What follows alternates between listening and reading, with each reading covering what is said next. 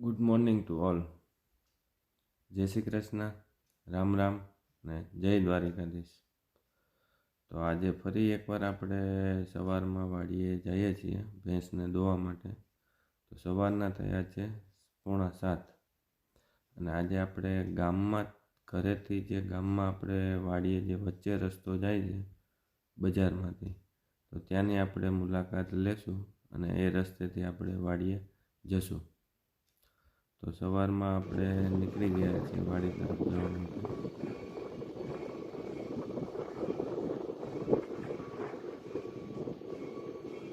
તો પહોંચી ગયા છીએ આપણે વાડીએ. ખોળ ને કપાસિયા પાગિયાવાળા ભાઈએ પલાળી દીધા હતા ઓલરેડી. ચા બનતો હતો.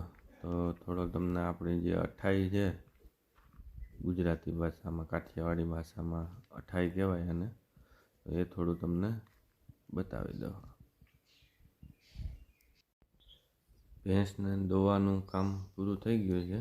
તો આપણે જતા હતા સુરત દાદાના દર્શન કરવા.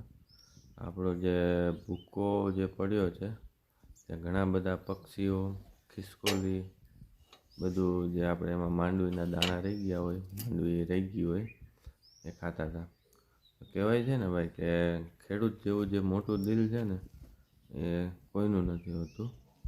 અને માણસોના તો પેટ ભરે જ છે ખેડૂત, જે નાના મોટા પશુઓ છે, પક્ષીઓ છે, એ બધાને ખેડૂત પાસેથી ખેતરમાંથી કંઈક ને કંઈક મળી રહે છે. અને આ કોયલું દેવાય ખાવડ કહે ને એની જેમ કે બગીચા ચોખ્ખા રાખો, કોયલ તો એકલી એકલી આવશે. તો જય સુરત દાદા. દર્શન થઈ ગયા છે આજે આપણને સુરત દાદાના. ઘણા બધા પક્ષીઓ જે છે, મોસ્ટ ઓફ જે આપણે કબૂતર હોય છે એ અહીંયા વધુ જોવા મળે છે આપણને ભૂકા પાસે. તો બધાથી જે શાંત પક્ષી કહેવામાં આવે છે કબૂતરને. તો સારું લાગે છે આ નજારો જોવાની, આપણને ખૂબ મજા આવે છે. પછી થોડુંક આપણે આગળ ચાલ્યા નજારાને વધારે ખૂબ સારો નજારો બનાવવા માટે, એટલે કે આપણું જીરું તરફ. જીરામાં તો બહુ સારું છે, ભગવાનની દયા છે. આ વખતે જીરાના પાકમાં હજી સુધી કોઈ બગાડ આવવામાં આવ્યો નથી. તો ખૂબ ખૂબ ધન્યવાદ ભગવાનને પણ. ને વાડીએ મિત્રો હંમેશા મોસ્ટ ઓફ જો પગમાં કંઈ તકલીફ ન હોય તો ખુલ્લા પગે ચાલવાનું પ્રિફર કરો તો વધારે સારું, મારા મંતવ્ય પ્રમાણે. કારણ કે આપણે જે શરીરના જે બધા અંગો હોય છે, બધી જે નસો હોય છે એ નીચેથી જ ઉપર તરફ આવે છે. તો પગમાં આપણે જે બધા આપણા તળિયામાંથી જે છે બહુ સારી રીતના આપણને એનું વર્કિંગ થઈ જાય છે.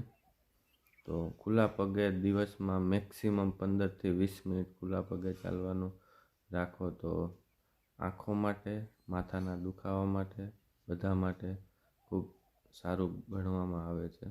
તો વિનંતી રહેશે કે બને ત્યાં સુધી દિવસમાં એટલીસ્ટ 15થી 20 મિનિટ ખુલ્લા પગે ચાલો. વાહ ભાઈ વાહ.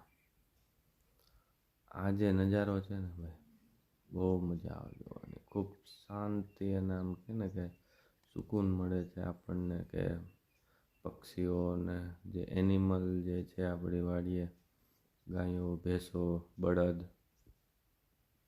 તો વાડીએથી પહોંચી ગયા છીએ ઘરે.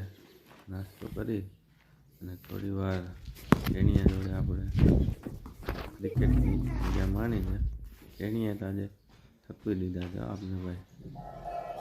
અરે માર લે ભાઈ, માર લે, માર. એ ટન મારી ગયો દોડો ભાઈ. હા તારીને માર્યો હો ભાઈ.